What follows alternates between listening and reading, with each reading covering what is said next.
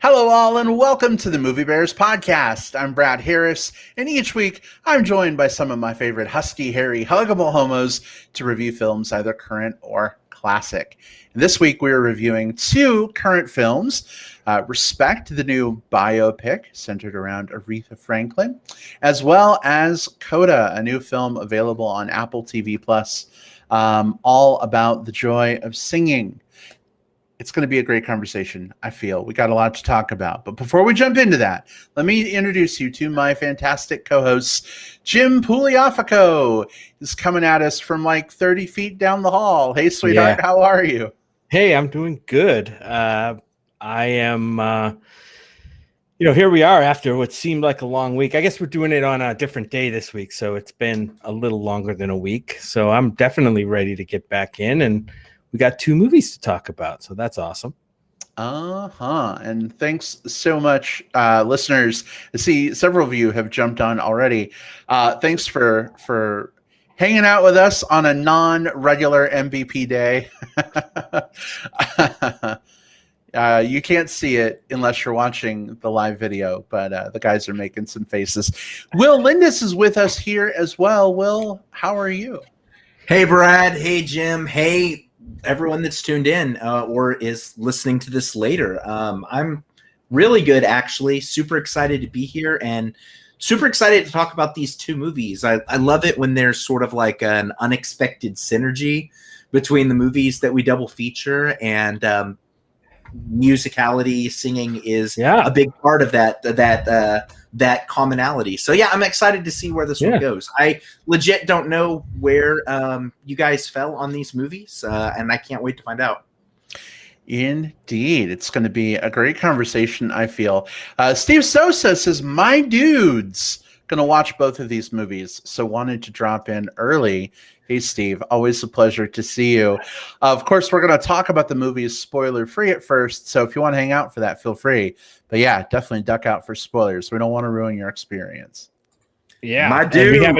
We haven't seen Steve in a little while, so it's good to have him back joining us for a show. Yeah, it's been a hot minute. Yeah, but definitely good to see you back, my friend. Absolutely.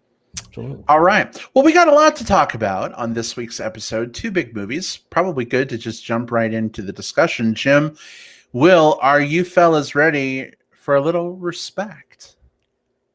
Yes. Find out what it means to me. Let's go. All right. Then in that case, I'll just say up front, as I mentioned a second ago, we're going to talk about Respect, completely spoiler-free, for probably 10 or 15 minutes or so. Then we'll give you plenty of awkward rambling in the form of a warning before we go into spoilers so that you have time to step away, protect your innocence where the plot of the film is concerned. And then if you want to join us on the other side for our discussion of Coda, of course, we would love for you to come on back. If you are listening through the magic of digital tape delay on Apple Podcasts, Spotify, Stitcher, wherever you consume your podcast, feel free to refer to the handy-dandy time index in the show notes. Skip around as needed / desired. Desired? Wow. Desired. It's been a long day. All right, here we go. Our discussion of Respect.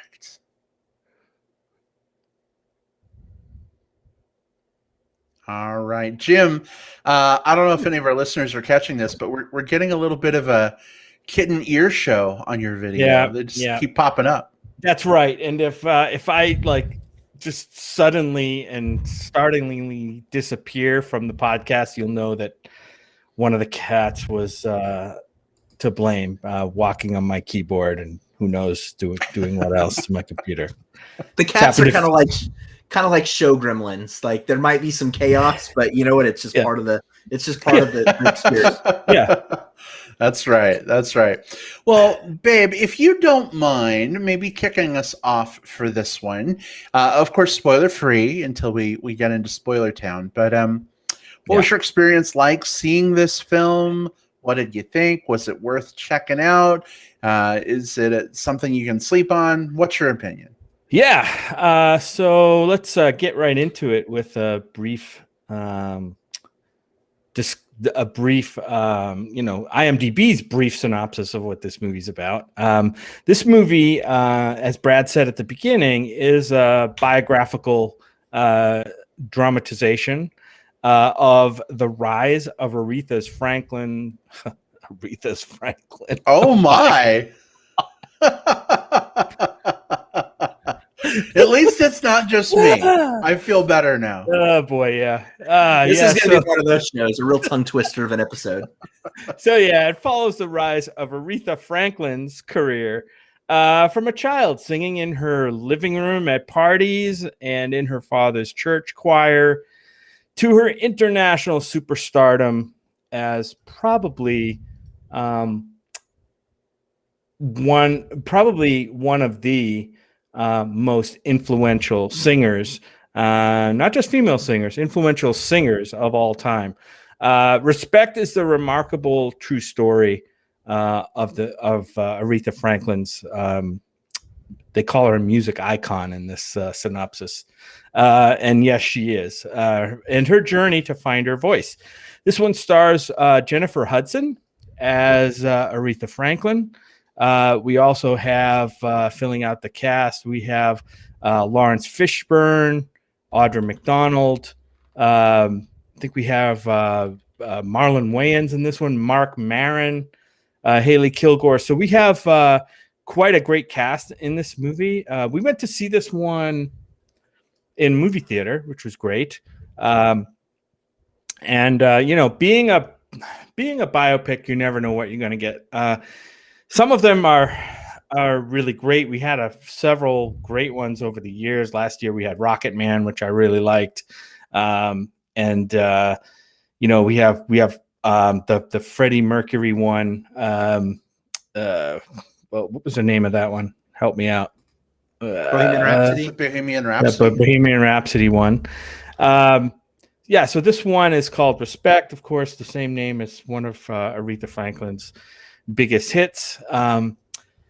Jennifer Hudson plays Aretha Franklin and lends her amazing voice to fill the shoes of Aretha Franklin and tell the story of Aretha. But I gotta say that I think this is a totally. Let me just say that this is a totally competent movie. I think it kind of hits all the important points probably of Aretha Franklin's rise to kind of international stardom and the status that she obtained.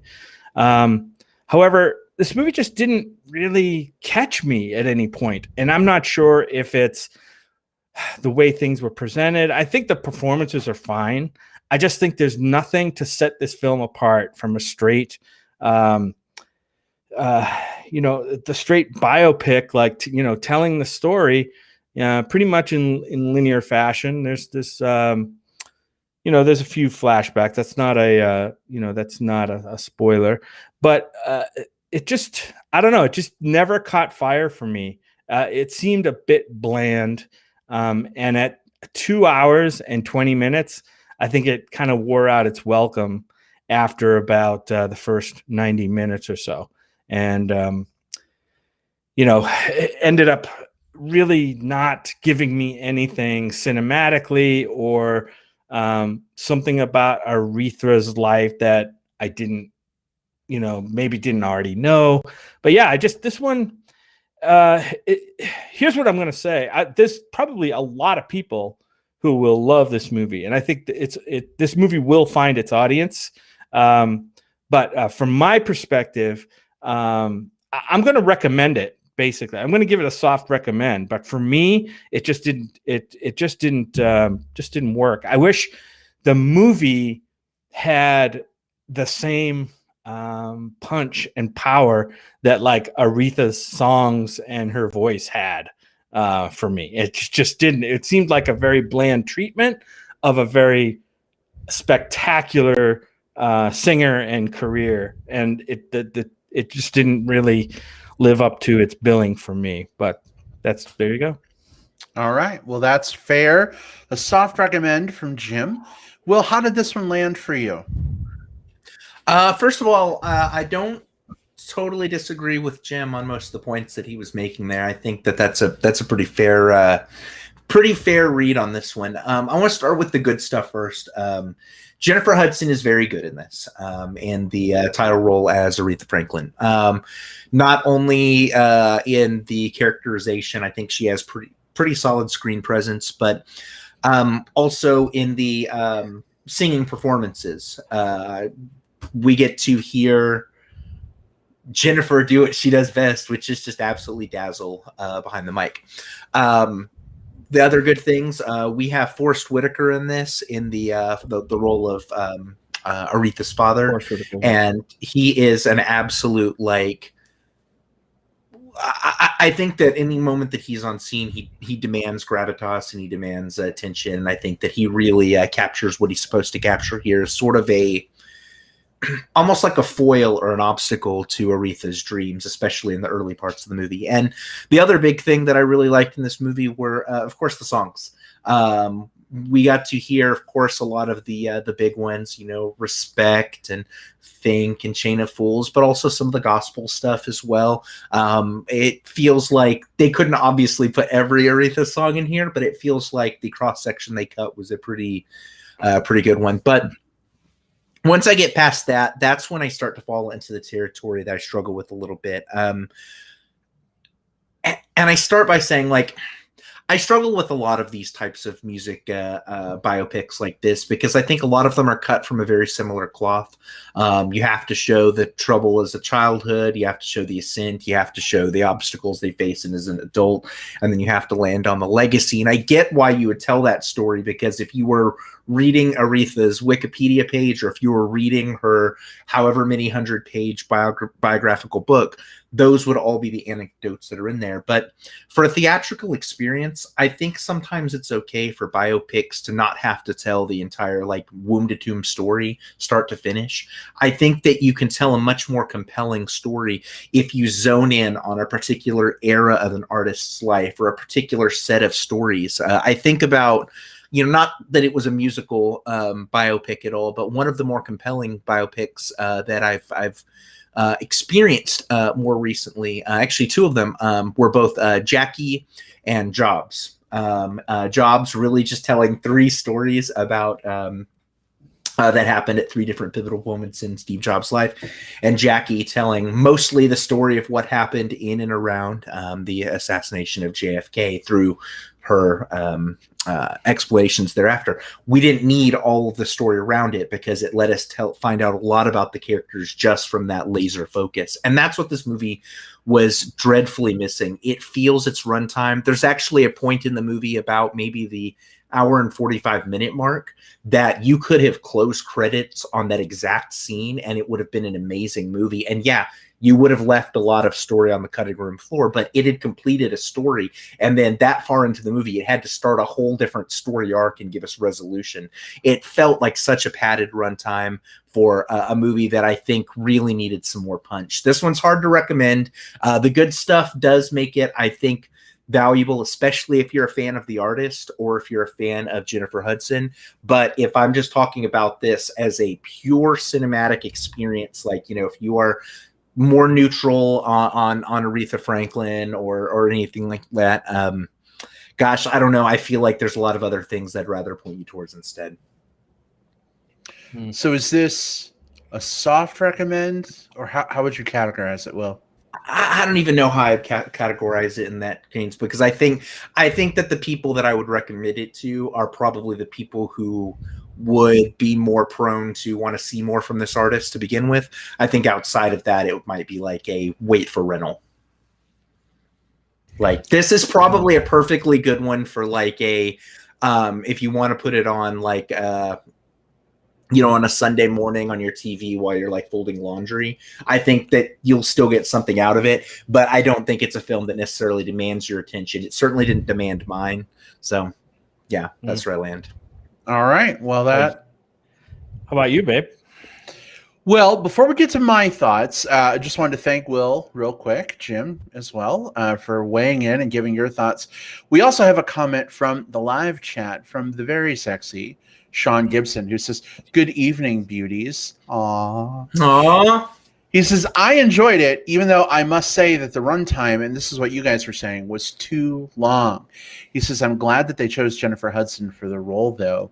And I agree with Sean. I think Jennifer Hudson did a fantastic job in this role. She sang her heart out. I didn't go out and buy the soundtrack, which you guys know is, kind of a litmus test Say no for more. me. That's the review. So we're done. We're done here. There we go. No, just kidding. But I think she did fantastic. But I agree with you. I think, gosh, it's just too bad because I feel like this movie was so paint by the numbers that you could almost just tell beat for beat like what was coming. Like if you know anything about Aretha's life, you kind of can predict like where each scene is going to go and what's going to happen, and it plays out very formulaically. We were talking about Rocket Man, the Elton John biography from, was that 2 years ago now? Gosh, the time flies. I think so. A year ago, whatever it was. I feel like it was in the 2019 mix. Yeah. Rocket Man did a really cool thing where like it was, and I won't spoil that movie because if you haven't seen it, it is absolutely the one I would recommend you go watch. But it does this cool thing where it kind of like takes bits and pieces of his life and shows them, yes, but like in a really interesting way. Like older Elton John is like singing with younger Elton John as a boy, and like it does cool things with time and linearity. And not to say that this movie should have copied that, but I think it's hard for biography pictures like this to be interesting. So you've got to find some kind of mechanism, some kind of way to like get and hold the audience's interest beyond just the story of their life. I don't care how awesome you are. I don't care how famous you are. If I have to watch you grow up from little to when you die, I don't know that there's enough story there in any of the like quick beat moments we get throughout the whole thing to really grab and hold me. And that's what happened with this movie. And it's unfortunate. I will say for me, this is a soft recommend. I think for all the reasons you guys have already mentioned. But Will, you mentioned that this is like a good, like put it on a Sunday morning when you do laundry movie. I'm going to take that a step further and say, this is a good Sunday morning, like flipping through TBS and it happens to be on while you're doing laundry movie. I don't think you need to rush out and see this in theaters. Unless you're really looking for something to see in theaters right now, and Candyman isn't your jam relative to when we're recording. You don't need to pay to watch this at home. I would honestly wait until it's on TV because it's a biography picture. Those do crazy, killer, awesome on syndicated television. So I'm sure you can catch it at some point. But if you really love the music of Aretha Franklin, you're looking for a movie to go see in theaters, or just something, to put on in the graveyard of streaming titles right now. There's not a ton out there. I would say this is, maybe something that's your jam, but it's not going to be for everybody. Yeah. This one's also really interesting to me because I'm thinking ahead to like award season, right? We're going to have an Oscars early sometime in 2022, and we're going to have 5 best performers in this category, 5 best performers in that category, all of that. And it feels like movies like this almost get a free pass to nominations. And I'm wondering what you guys' thought is. Do you think this one's capturing enough attention to make the awards push when the time comes? Do you think that the nature of what type of movie it is might give it that auto pass, or do you think this one might have peaked too early and be out of the mix by the time we get there? It's hard to say. My gut feeling says that Jennifer Hudson could definitely see some attention, possibly in that category, because I think singing performances definitely do usually get noticed like that. But for the film itself, I'm not so sure. I'm not so sure we're going to see that. I have some stuff I want to talk about in spoilers, back to Will and back to you, Brad. But yeah, I think you're right. Maybe this one was a little too under the radar This is another one of those films that I think's been around for a while, right? It maybe got pushed back. I'm not sure. It felt like it anyway. It felt like we were seeing trailers for this for a long time. Yeah, I would say that I agree. I think Jennifer Hudson herself, for her performance, might get some recognition. I don't think the movie as a whole will, but we'll see in a few months. We could be completely wrong. But Will, is that kind of where you're coming from? Is that what you're thinking too? Yeah, I feel like, I mean, we've seen movies like Rocket and we've seen Bohemian Rhapsody do quite well at the same time for award. But I don't know. I don't think this one's necessarily capturing a bunch of hearts and minds. Jennifer Hudson will probably get a nomination, and there was an original song, I forget the name of it, but Carole King and Jennifer Hudson like co-penned an original song, as always happens for these things, right? So I think the original song category is probably also locked in for at least a nomination there, but that may be it, if not like a costume or something like that recognition. And they'll probably get to perform. I'm sure we'll see Jennifer Hudson perform at the Oscars. I think that's if you wanted to put like your money on any one thing, it's that. Yep, definitely. And Patrick Hoover in the chat. Hey, Patrick. Hey. He says Jennifer Hudson. Yes, definitely. And it looks like Sean agrees with that as well because of how she portrayed Aretha, but that's based on her music performance, not the film itself. So that seems to be the prevailing thought here. But I mean, we're just a bunch of guys who like to watch movies. Yeah. What do we know? You know, we could be completely wrong. And we still got a lot of year left too. We do. A whole lot of films still to come. But let's do this, guys. Why don't we go ahead and jump into some spoilers for this? I know that we are raring and ready to go to talk about those. First, real quick, a very cute boy just brought me a drink. Thank you very much. Appreciate it. And let's go ahead and dive in. Oh, sorry. Did you not get a drink from the cute boy? I'm sorry. I already have one. Thanks. Okay. Oh, hold on. Yeah. No, thanks. Yeah, you can get Jim. Okay, you got me. He's on his way to you now, Jim. Got it. My Wonder Woman. Nice. All right, so let's do this. Spoilers for Respect are officially fair game.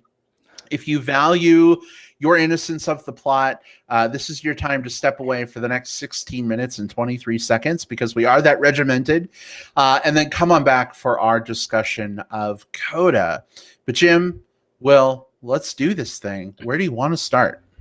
Well, I was going to jump in because I know Will talked about how this movie kind of did the A to B, A as a child, B as a troubled teenager, C as a emerging, struggling performer, and then D after her success, running into trouble with whatever issues that pop up, whether they be emotional issues or substance abuse, all that stuff. It was basically like a behind the music Aretha Franklin, but which Will, if this was one of those movies that we kind of prefer, where it kind of focuses on maybe a couple of things, a couple of different aspects of a person's career, which ones that were at least touched on in this movie would you have preferred to maybe see, kind of developed more? Because there's a couple that I'm thinking of that I think could have been really good. Yeah, I mean, the three main eras of this story, I think the middle one is the one that is most narratively strong in terms of, like, if you were to just tell it by itself. You could tell the story of her as a young girl trying to kind of find her voice and find her place and overcome some of that trauma. The problem you run into with that is if you focused only on that, your story would sort of end with her hitting adulthood. And I don't know that that's necessarily as compelling, especially given the actress you want to tap here, which means that you can either tell the story of her trying to break free from her kind of like her father's presence and kind of an abusive relationship and finding her own voice, or her kind of fall into alcoholism and sort of like ascent back into that to finding kind of the career that she wants to have going forward. I think the middle of those is the most compelling. Mainly because if you told just the last one, you would have to start the story off with your character in a very unlikable place. And that becomes a lot harder for us to feel like this isn't like a hit piece, that this is actually more of like a warts and all positive thing. The middle section, I think you could narrow just in on that. In fact, there is a moment in that movie, and this is what I mentioned in the pre-spoiler section, about an hour and 45 in or something like that. She has the equivalent of a fuck you moment on stage to the Marlon Wayans character, and he watches from the wings and then kind of walks away. You could have actually closed credits right there and had a compelling story to it. So that's where I would go. I would go with the middle section. Budding performer who's trying to like figure out how to get a hit and how to kind of break free from all of these influences that are telling her the type of artist that she needs to be. I think that's the story I'd tell. Yeah, Will, it's interesting that you picked that moment, because when that happened, I actually thought that's what was happening. I'm like, I've been sitting here for a couple hours already. This has got to be the end of the movie. Yes, it's going to end on her big, like, get away from me, I'm my own woman, respect me thing. And then it just kept going and going and going. And I'm like, where is this going? When is this ride going to stop? But I think that middle section, too, is probably where I would focus. Yeah. And I think the two pieces that I thought could have been expanded more and maybe even become films unto themselves, like to kind of tell her story, maybe with some flashbacks thrown in or whatever, was her involvement and her family's involvement with the civil rights movement around Martin Luther King. And, I think that could have been a really powerful film maybe in itself, just that portion of her life and her contribution to that. The other thing that I found interesting personally was her, and it was kind of surprising to me, kind of her, when she was coming up and she was putting out album after album after album, kind of singing standards, and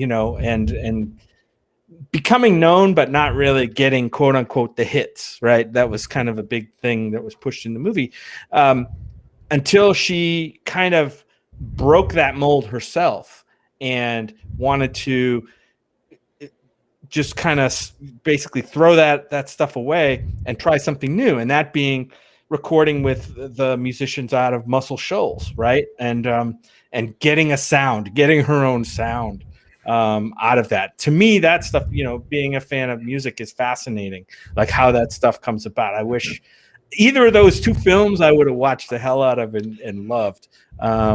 But instead we got them as kind of, one of the little sections of her life in a series of several of them, I tell you what, the Muscle Shoals part of the film was compelling as hell for me. Yeah. Several years ago, we saw the Muscle Shoals documentary at South by Southwest, and it was so interesting to learn how so many artists had, come through that studio and with the help of those musicians made these incredible hits. I would have liked to have seen that expanded, like make that piece more of the film. The generation of the hits and the music that we know and we love. It was so awesome to see Jennifer Hudson just boss it up and be like, give me more of that. Yeah. No, I want you to do it this way. Not what you're doing. Do this. Yep. I'm just like, I'm here for it. Yeah. Yeah. And that was the best part of the movie.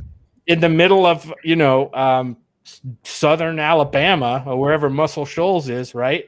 She comes in there and she kind of flips things on its head, and it's really inspiring to see. And very powerful. I wish, like I said, I would watch a whole movie just about that.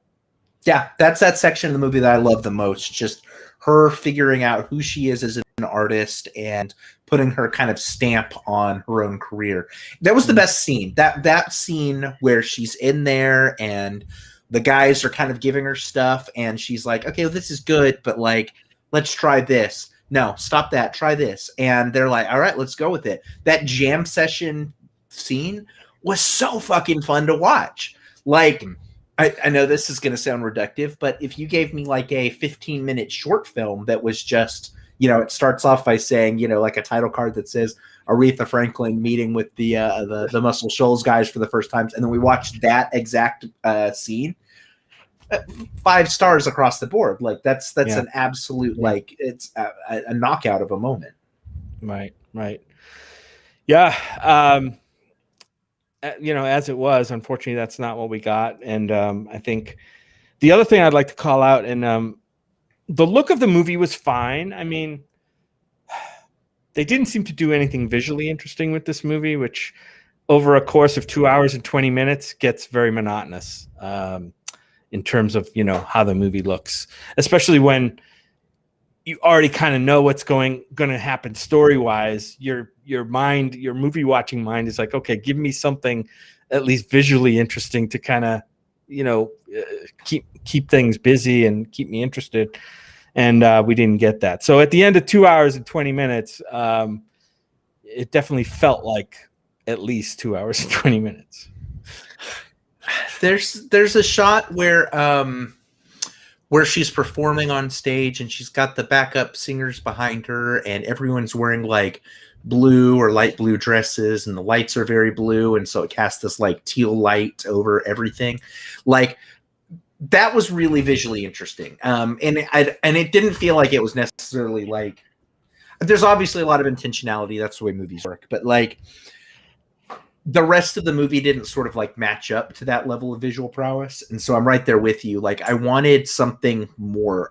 The poster to this movie, there's one poster where there's like this turquoise background, Jennifer Hudson's face kind of like against that flat background. And it's really just a face with a colored background behind it, but it visually pops and is super interesting. And I don't know. I just want more movies like this. If you're going to tell a biopic, give me the Rocket Man treatment. Give me the,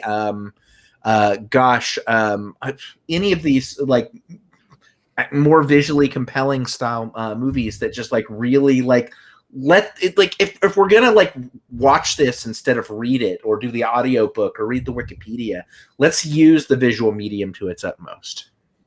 Yep, I absolutely agree.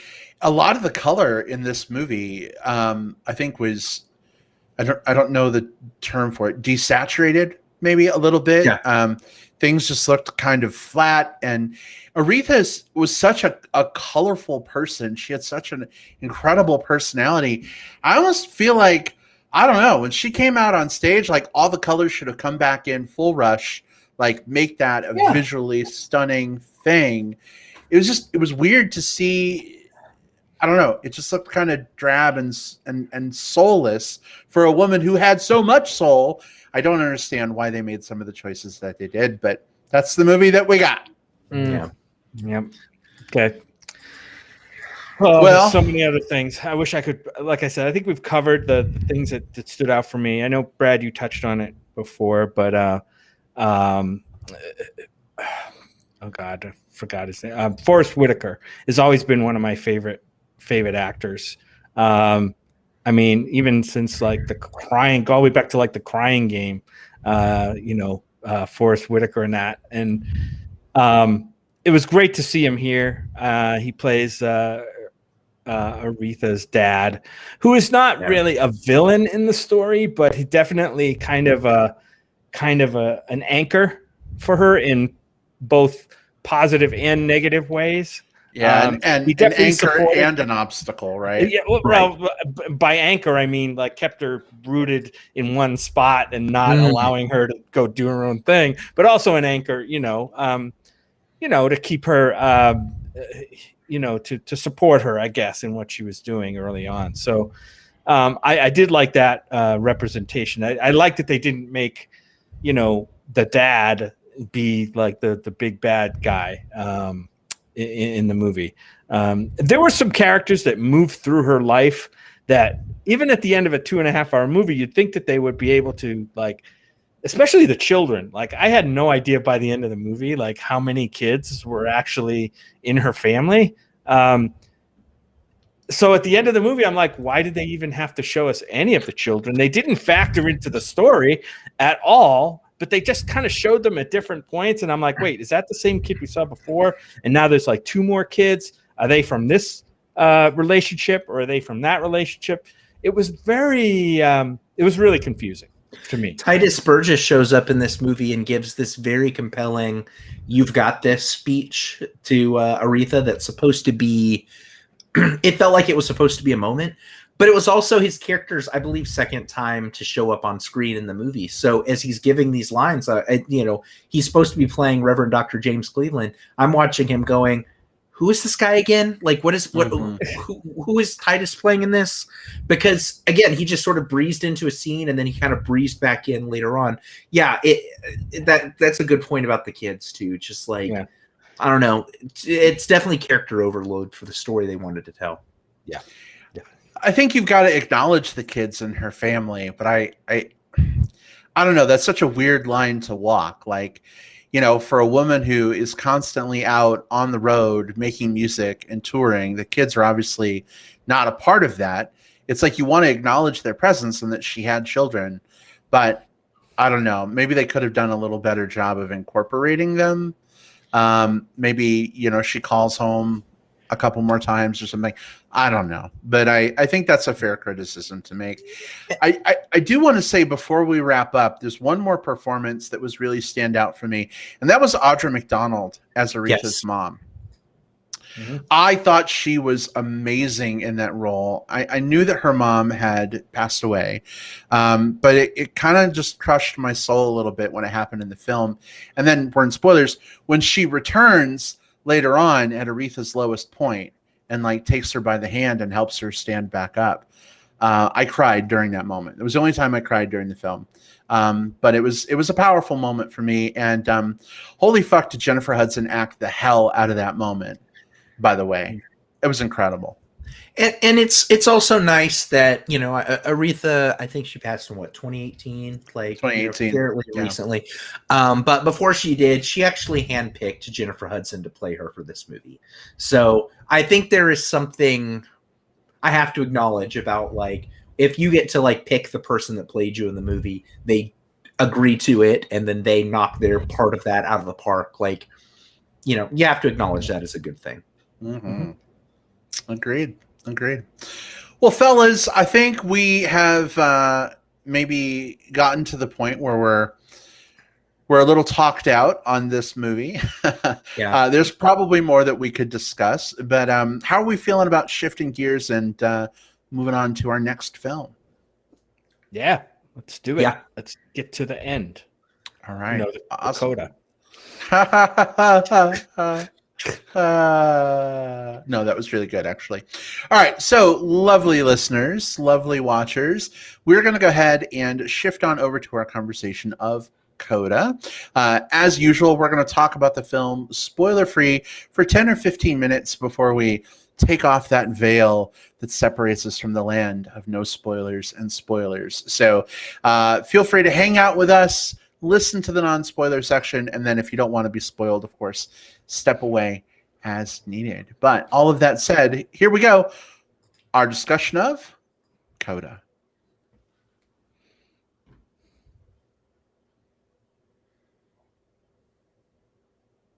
All right. Will, if you don't mind, my friend, if you would give us just a brief setup of this film and your initial thoughts. Was this a good one? Is this something people should rush out and see? Is it just kind of, what did you think?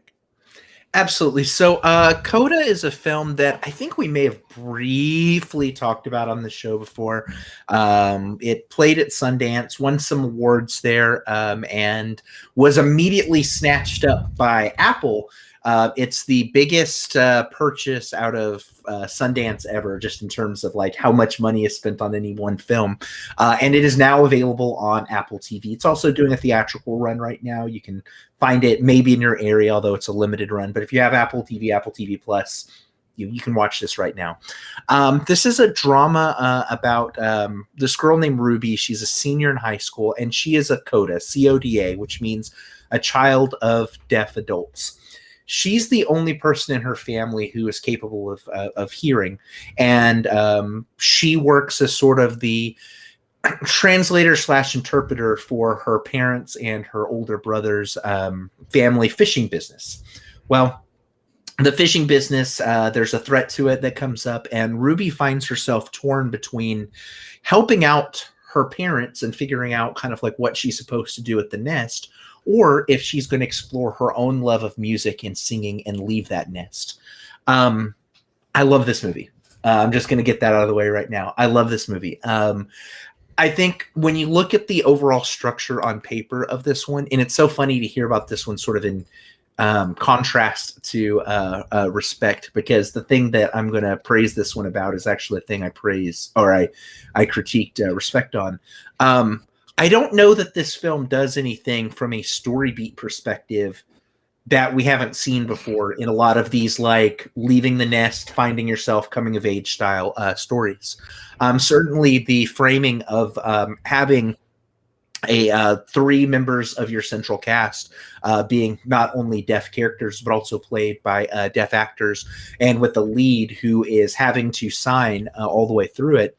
I mean, there is definitely like a uniqueness to that, but I think what this one does very well is sometimes you don't have to reinvent the wheel. Sometimes you can tell a familiar story as long as you just do a damn good job of telling it. And I think that's what Coda does. The characters are all believable. There's a lot of humor that's built into this. There's two moments that are like super touching when you hit them that will give you waterworks. The singing is good. The situations, while over the top because it's a theatrical moment, also feel very grounded in some very real emotions. And I have a couple of friends, one who is deaf himself and a member of the VER community, and another who is he teaches sign language to children. And both of them immediately were praising this movie, separate from me talking about it. They had heard about it through the deaf community is having a conversation about this movie, and my friend who teaches sign language, I was talking with him today, and he said the signs are all accurate. Like it is, if you're watching this movie, it's a very authentic movie and one that he feels comfortable showing to like some of the students that he works with because he liked the story so much. So yeah, for me, this was a slam dunk. I loved each of these performances. The lead in here is Amelia Jones as Ruby is so good. Marlee Matlin's in this. Troy Katzler and Daniel Durant, the rest of the family, like they're all so damn good. And Troy Katzler and Daniel Durant, they don't have a ton. I mean, they have some credits in the back. This isn't the first thing they've done, but they don't have a ton of experience, and that surprised me. Everyone feels so natural and in this movie, and with the emotions they have to play. This is one of the easiest recommends I'm going to give. It'll touch your heart. It'll give a smile to your face. And I think this is one that, especially if you're watching this with a loved one, I think you'll find something in this movie. So yeah, I recommend. All right. Will, thank you for that. Very, very high recommend. Appreciate that. Jim, how about for you? Did this one land as well as it did for Will? Yeah, it did. As a matter of fact, I did also love the movie. I had also seen it during the virtual online Sundance Film Festival, which was awesome. And it's one of those films, Brad, that you did not get to see with, because you were working, I believe, at the time. And I felt I loved the movie, but I knew that you would, I had a good sense that you would probably love it too. So I just said, yeah, Coda's a good movie. I can't wait to see it with you. And I think I just kind of left it at that. Really didn't talk a lot about it because I don't know. I try not to hype movies too much, if you haven't seen them. And I did want to see it with you. And I'm so glad we got to do that this week when it was finally released on Apple TV. And I guess this film set a record for the amount of money that was paid for a movie out of Sundance. It was some like $25 million number. It was huge. Yeah. Apple paid a lot of money to get this movie. I think even before it actually screened at Sundance, it was sold. Of course they had probably screened it, but Will, I agree with everything you say. This movie, to kind of use a probably overused phrase, this is a pure crowd pleaser kind of a movie. You know, you watch it, especially the second time, and I'm having Glee flashbacks in this movie, and some people might say that's not a great thing for a film these days to emulate Glee, but I think it did it in all the right ways. I think it took all the great things that we loved about Glee when we first started watching it, and put that in this movie. And like you said, well, the cast here is amazing. Troy Katzer, we know Marlee Matlin's great. But Troy Katzer and Daniel Durant as the dad and the brother here. The brother has probably one of the best scenes in the movie. Dramatic scenes in the movie, which is great. And the father has several great scenes in the film. But yeah, I love it. And there's no way you can't recommend this to people. I think most people are just going to really resonate with this movie. It's a coming of age movie, kind of with a different angle, because many of us who are hearing don't fully understand what deaf people go through and how they live, how they do all the same things that we do as hearing people, but kind of how they do it. And it was so interesting to see that. Also interesting to see what a coda or a child of deaf adults may have to deal with as well. And that's not to say that because her family is deaf, they are a quote unquote burden on this girl's life, because I don't think that's what this movie is saying. Not any more than any other people's parents are a burden on their life, right? Because there's all kinds of situations in families, and this one portrays one that I hadn't seen before. And as a personal note, there's a lot of this film. This was filmed in Cape Ann, Massachusetts, where I lived for a while before moving to other parts of Massachusetts, and then out here to Arizona. So yeah, I recognize a lot of the places and the homes and the style of homes, and kind of I knew several people who were fishing people or clammers from that area. I've been to the fishing dock there where some of the stuff was filmed. So I think this movie had a little bit of a personal angle to me too, but that's not why it's great. This movie is great on its own. Yeah, fantastic movie. All right. Another big recommend from Jim. Jim, next time we go out east to see your family, we're definitely going to have to go on a coda tour to see some of these locations. We'll definitely go on a coda tour. We're bringing out of the fishing docks. We'll sing some duets really, really badly in an auditorium somewhere. Yeah. It'll be great. Glad to hear that both of you enjoyed this film as much as you did. I got to be honest, as loftily as you guys were talking about this film, I think I expected a lot. And watching this film, I actually kind of found myself scratching my head a little bit as to how people could not like this movie because it's so damn good. You had me, Brad. You had me there. I was like, how is this is like if I put on script like a Brad movie. Okay, you got me. I got you. Yeah, this movie is fantastic, and you guys have I think mentioned most of the reasons why. So I don't want to spend too long on my portion of this. Maybe we can use that time better in spoilers. But I do want to say phenomenal job to Amelia Jones, who played Ruby. Marlee fucking Matlin. Oh my God, I love her so much. My first exposure to her was in What the Bleep Do We Know? Kind of an esoteric documentary that came out at some point, I think early 2000s. And then I saw her in The West Wing, and she plays one of my favorite characters, Joey Lucas, a pollster on that show. And I haven't seen her in a lot since she did The West Wing. And I try not to watch trailers for movies if I can help it. I try not to read anything about movies if I can help it. So when I saw her walk out in her first appearance in the film, I'm like, oh my God, it's Marlee Matlin. I was super, super happy about that. And I think she did a phenomenal job. in this film. There are, I don't know, she can act like nothing else with just an expression on her face. No words needed, no signs needed. I mean, just a facial expression. And I really bought the mother-daughter relationship between her and Emilia Jones here. And I think sometimes it's hard to pull off that parental relationship, even in a movie where people can talk to each other back and forth, very flowing. So to be able to do this through sign language, I think was just absolutely phenomenal. So Eugenio Derbez, who plays Ruby's teacher, I think was a big highlight of this film as well. He was funny. He was heartwarming. He was a disciplinarian in all the right ways.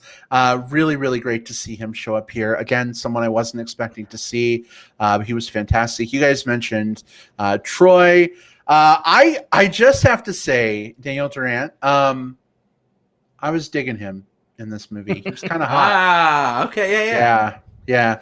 At one point, I don't want to say when, but he dresses up a little bit and he wears a button-down shirt, and the buttons are buttoned down just enough that you can see some chest hair.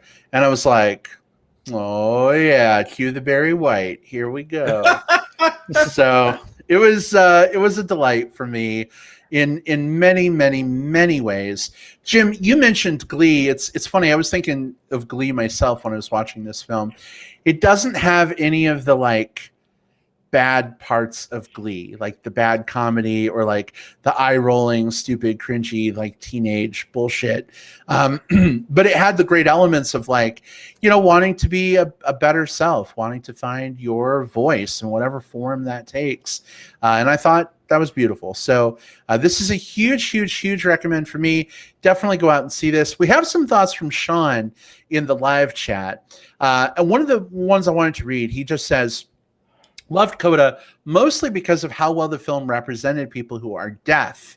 In all honesty, the film proved that deaf people can be business owners. Just because they can't speak doesn't make them any less human. Absolutely agreed, Sean. Super powerful.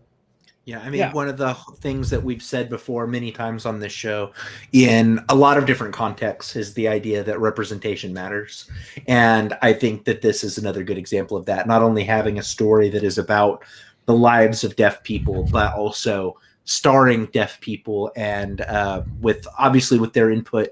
I think that's so incredibly important. And I feel it reads and it feels natural and feels real here on screen. I wanted to call it out because I mentioned it like halfway through the movie when I'm watching with Brad, and I knew it the first time I watched the movie, but the actor who plays Miles, Ruby's duet partner and pseudo boyfriend, are we into spoilers? No. All right, I will not. stop. I will stop. But I'll just say that we've seen him before in another movie around kids playing music and a musical film called Sing Street. Yes.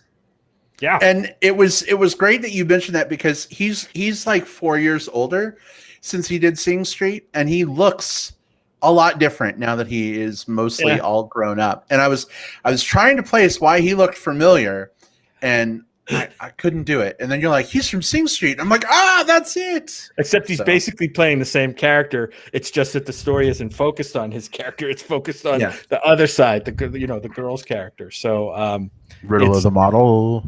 Yeah. Yeah. He's the guy with the guitar, trying to woo the girl. Trying to woo that girl. Do it. Well, fellas, how do you feel about jumping on over to spoilers so Jim can get the thought that's on the tip of his tongue out? Yeah, I think it's time. Sure. All right. Spoilers for Coda are now officially fair game. You listen at your own peril. We are not doing plugs this week, so if you were listening live and you typically hang around for those, if you need to step away so you aren't spoiled, don't worry about coming back until you've seen Coda, and then if you want to listen to our review, go for it. If you're listening through the magic of digital tape delay on Apple Podcasts, Spotify, etc., hit pause, come on back after you've seen the movie, and rejoin the conversation then. But spoilers, totally good to go. Jim, what did you want to say about Ferdia Walsh Pilo. No, yeah, it's not that I had anything particularly spoilery to talk about in spoilers yet. I just when I was talking about his character and the actor, mentioning that he ends up being kind of like a pseudo boyfriend, I didn't know if that was mild spoiler territory or not. So that's why I said, are we in spoilers yet? So I kind of backed off from that. But yeah, wish they had given him a little bit more to do because he didn't really have that much to do. But I thought the parts that he was in it were great. Brad, you mentioned the music teacher. He was a Eugenio Derbez. Yep. He was great as Mr. V in the movie. And Bernardo Villalobos. Yeah. One of the things that this movie has a couple of scenes, right, that really got me. One is the music scene in the auditorium, kind of midway through the movie, or 2/3 of the way through the movie. The kind of like the choir performance, where the film does this really interesting thing, and it's probably not new. They probably didn't invent this or anything. I'm sure it's been done in other movies. Hey, the Sound of Metal. Yeah. Sound of Metal did it just like 6 months ago or whatever, a year ago. But when the parents are they go to the performance and they're all excited because they see Ruby up there on stage in the dress and they're reading her name in the program, and their joy of the performance seems to be coming from the fact of seeing their daughter up on stage, right? We know that they really can't hear the performance, but they can sense the performance through other people. And the movie emphasizes that by basically taking the sound down to silence for quite a long time, actually, right? It wasn't just like, a few seconds and then come back up. It was like 30 seconds to a minute that they did this. And they're looking around at other people's performance. Other people are like grooving along, smiling. One lady was crying. And that was, I thought, some pretty inspired filmmaking to kind of show kind of what the parents may have to be dealing with in that situation. And that also, go ahead, Brett. I was going to say, it also did this interesting thing that I'm not quite sure how I feel about. Early in the performance, they start talking about what they want to have for dinner, because I don't know if they're like just not entertained enough because they can't hear the music. Like, their daughter is on stage dancing and singing, and they're signing to each other, what do you want for dinner? Like, what are we going to have tonight? Do we need to stop at the store? And I was trying to figure out why they did that. Was that to show how disconnected they were maybe from what was going on? Couldn't Ruby like maybe see them signing in the audience, and like, how does she feel about that? I kind of wish that had been explored more. I think what the big thing that scene really did for me was it let that moment be sort of like a fulcrum, because before that, we hear about how unimportant music is to them on the whole. Like, even the scene about like, she thought paying $2 for this record player was too much when she was talking about her mom.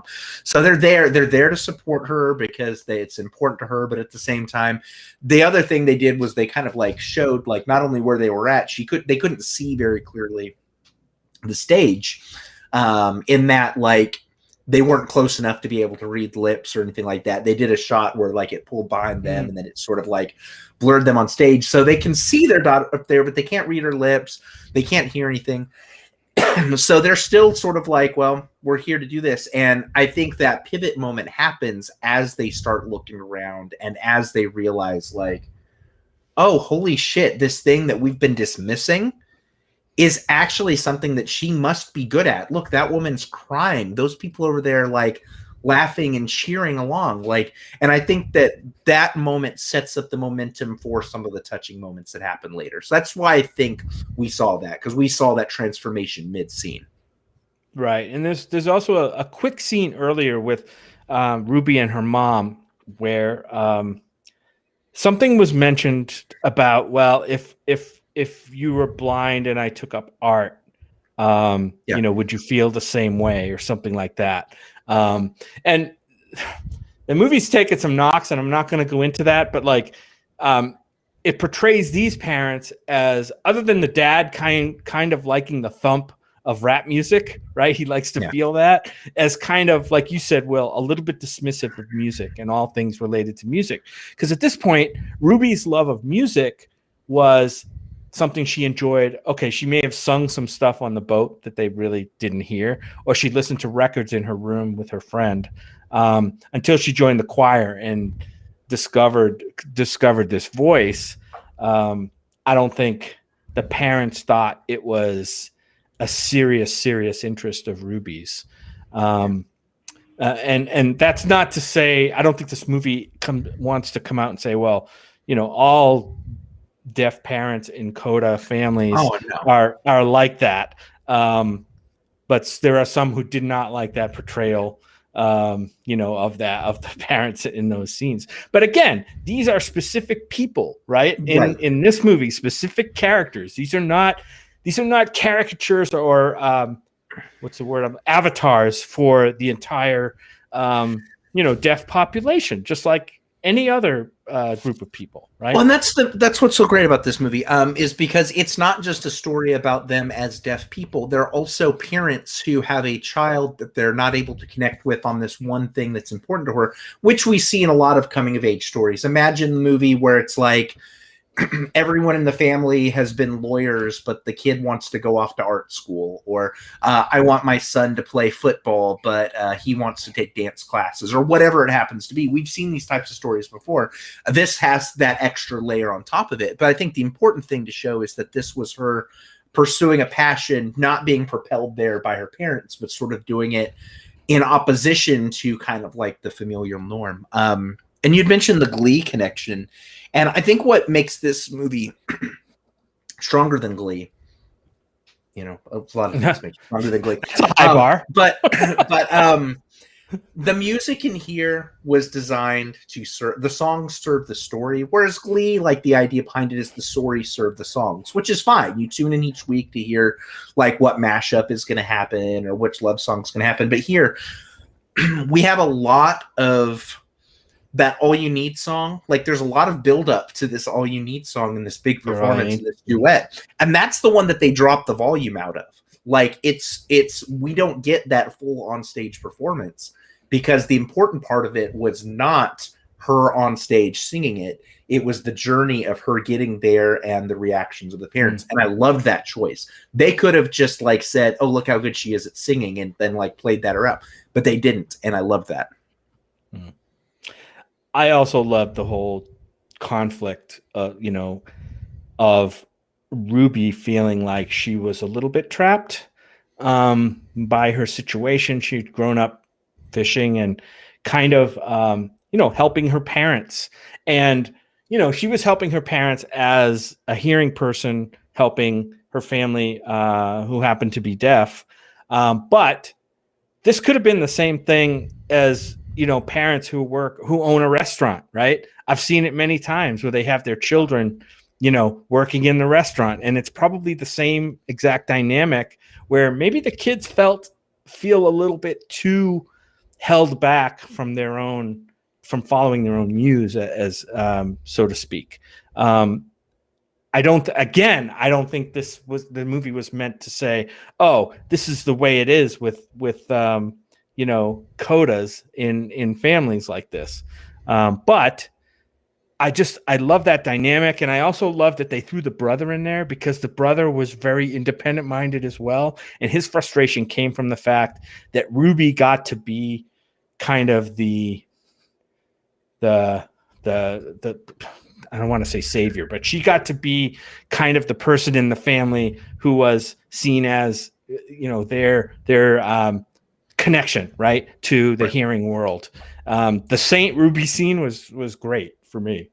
Yeah, I loved that scene where he got to voice his frustration and point out to her that he could do it. And I think the movie later on shows a couple of scenes where, yeah, they've hired somebody on the boat, right, and they are able to do what they need to do without Saint Ruby always there and giving her her freedom. So I thought that was a wonderful way to portray that.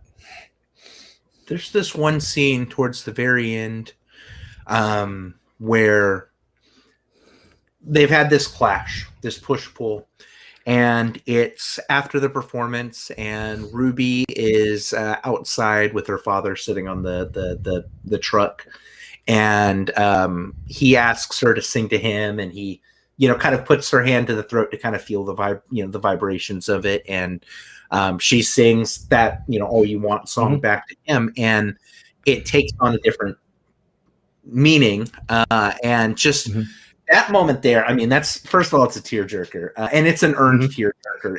It doesn't feel forced, doesn't feel fake. His performance, especially as he's realizing in real time that he's going to have to let his daughter go. You see that kind of like go through his eyes without him like saying that. It's so damn good, and it's definitely, it was a tearjerker for me. Yeah. Brad, did you have anything in spoilers that you wanted to touch on? Gosh, I think we hit on the big things. Yeah. There was just one. Go ahead. I was just going to call out one of the most beautiful locations of this movie for me is when they're swimming in the granite quarry. And I'd love to go see that place if we go back out east. By the way, no swimming. You can't swim there. There were signs. You're not supposed to swim there. No swimming, and if you do, jump out past the branch. Right, exactly. But I wasn't super into Ruby and Miles as a couple. Like that whole romance thing really did nothing for me. But it was kind of awesome to see them go out and have this awesome place that they could go and do their thing. That Ruby's been going there a long time. She went there by herself, earlier in the film. It was kind of neat to see her let somebody else into her world a little bit who wasn't her best girlfriend.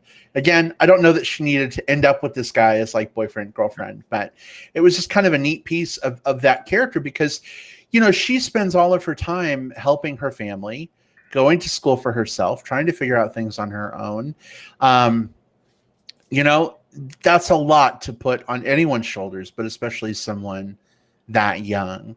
So to have a place as beautiful as that you could go to, I think is pretty damn special. So that was neat. Yeah. I almost could have done with his character just being a close friend, almost it looked like they were going to be boyfriend and girlfriend, but the movie kind of subverted your expectations by just having him be the best friend, the good friend. She throws the lightsaber into the quarry lake.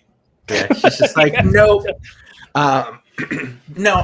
One of the things that I think was really solid about this movie too is just how good it looked, especially when it shows some of the more naturey scenes, specifically that quarry, and also whenever they're out fishing.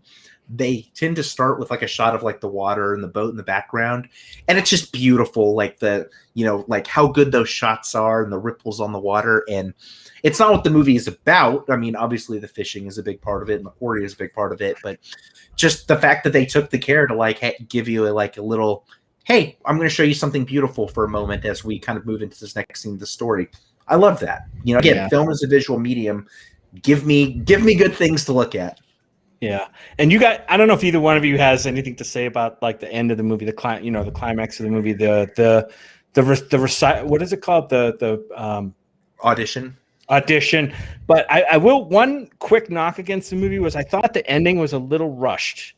It felt like it was rushed to get there because in one scene you have her being late to rehearsals with the music teacher, and the music teacher's had enough and said, Ruby, nope, I'm not kidding. That's it. We're done. And then nothing really else was said about it. And then a few scenes later, the parents are rushing in to wake her up to drive to Boston to go to the audition. It was, there was never any connective tissue. It was weird. You'd think that if she had an audition, she would have known she had an audition. Well, she knew she had the audition. Go ahead, Will. Yeah, because she knew she had the audition because there was the scene after the recital where the parents are talking to the teacher, and he's trying to tell her, hey, you've got this audition, and she's like, and like kind of being like squirrely about like translating that back. And then she even texts her that morning, like we see a shot on her text that says like, your slot is still booked, are you coming or not? And that's when she texted back, I'm coming. Right. Yeah, she texted back she was coming, but her actions told me that maybe she wasn't coming, right? Until her parents. Oh no, that was in the car on the way there. Yeah. Well, but I think, I mean, she had resigned herself at that point. Like that recital, that performance was her big, like, okay, I got to do my sing dream, but like that's the end of the road.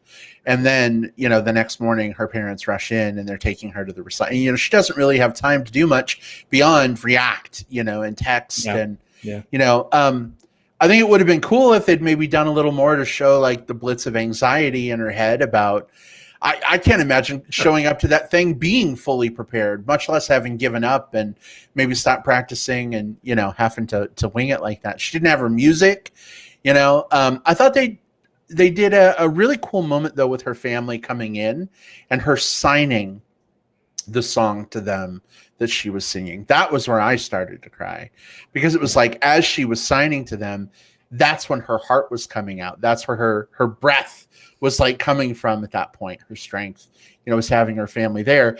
But she tells the teacher earlier, Mr. V, after he is like, no, I told you not to be late. We're done. She's like, I've never done anything without my family before. And I thought that was just so neat for her to feel that way in that moment, but then have her family there for her at the end. It's a good message, right? Because like I think a lot of these stories are about, you either have to choose family or you have to choose your future. And in this case, I think this film is saying like, you can choose your future while also carrying that part of your family with you. You know, she has repaired her bond with them by the end. She gets out of the car and runs back and gives them that extra hug. And as a family, they come together as they see her off. Like, yeah, she's going off on her own adventure, but it doesn't feel as though she's having to break away from the family to do it. Like, they're going to be in touch and she's going to come back and visit and they're going to be interested in what she's doing. And that's so damn like heartwarming to see, to play out and to see these characters make that growth. Agreed. I have to say I was a little confused by something. The school that she goes to, the music school, I thought was University of California, Berkeley. Yeah. So I was like, oh yeah, she's moving to the opposite end of the country. Like, no wonder this is such a big. No, she's like living 45 minutes away. Yeah. Like, you know. Yeah, Berkeley is a huge music school, Is it? It's known all over the country, but it's based in Boston. Yeah. Okay. It took me a moment because Brad, I did the same thing when they first said like, oh, we want you to go to Berkeley. Yeah.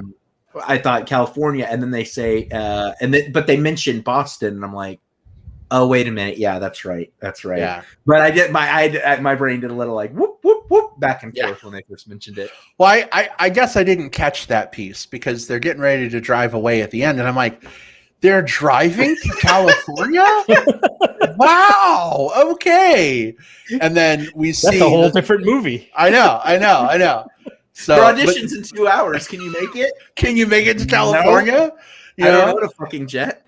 But then but then they get there very quickly. I mean, they were half an hour late, but somehow, anyway, I figured it out, but it took me a minute. So anyway, well, fellas, I think we've had a lot of great discussion around Coda. Definitely a fantastic film. I think there's probably more still we could unpack, but we are, I think, winding down for this week. I would just like to say to anyone that is listening that hasn't seen the film, and you're listening because you don't care about spoilers, I would still recommend that you see this. This is definitely one of those films, especially right now, like quarantine / pandemic depression is like a total thing. I think we need films and TV shows that like fill our hearts right now. And this one definitely helped fill mine. I hope it will help fill yours. Jim, Will, I know you both saw this at Sundance and then, watched it again before the movie. I'm so glad that I got to see this with you again, Jim. I know you are not a typical rewatcher of movies, so the fact that you were willing to watch this one again kind of tipped your hand a little bit in terms of how much you liked it. But I only rewatch when I know it's a film that I know you'd probably like and I'd enjoy watching with you, and hope that you don't hate it. Please don't let him hate it. Please don't let him hate it. Yeah. Well, I didn't hate it, so there you go. That can be the quote Didn't for the hate movie it. poster. Didn't hate it. All right. Well, why don't we let folks know where they can chat with us between now and our review of the new Candyman film next week? Jim, where can people interact with you on the interwebs? If you want to find me where I like to talk a lot about movies and stuff, you can catch me on Twitter at JJP Out West. It's all one word. My initials first and then Out West. That's on Twitter. And then on Facebook under my name, just Jim Pugliafico. There aren't too many of us. I think there's maybe just one, Jim Pugliafico. So check me out. Awesome. Will, how about you? Of course, you can find me on Twitter. I'm at whatever cove on there. I'm on Facebook. William Lindis. Just send me a message first so I know who you are. And I rank and review things on Letterboxd as well. Just search for me by name there. Give me a follow. I'll probably follow you back. All right, excellent. And you can find me on Twitter at iBradPro or on Facebook. Just search for Brad Harris. I'm the one with Chub Chaser Bear friends, probably in common with you. Definitely send that message first, though, so I know that you aren't a bot. I almost got tricked by a scam bot today. They were so close, guys. They almost got me. They used a picture of a hairy-chested guy. It looked like it could be real. But then my Neve Schulman catfish training kicked in, and I image searched the picture, and I realized it was some Instagram guy that was no way a part of our world. So I was like, yeah, I got you. Anyway. Good thing you caught that. I know, right? Sometimes your libido takes you in directions you shouldn't go. So listen. They already know you love hairy-chested guys. What else is there to get to know about you at this point? I guess. All right, everybody. We will see you next time. Take care. Be safe. Enjoy movies. And we'll chat with you next time. Goodbye, everybody. Bye. Bye-bye.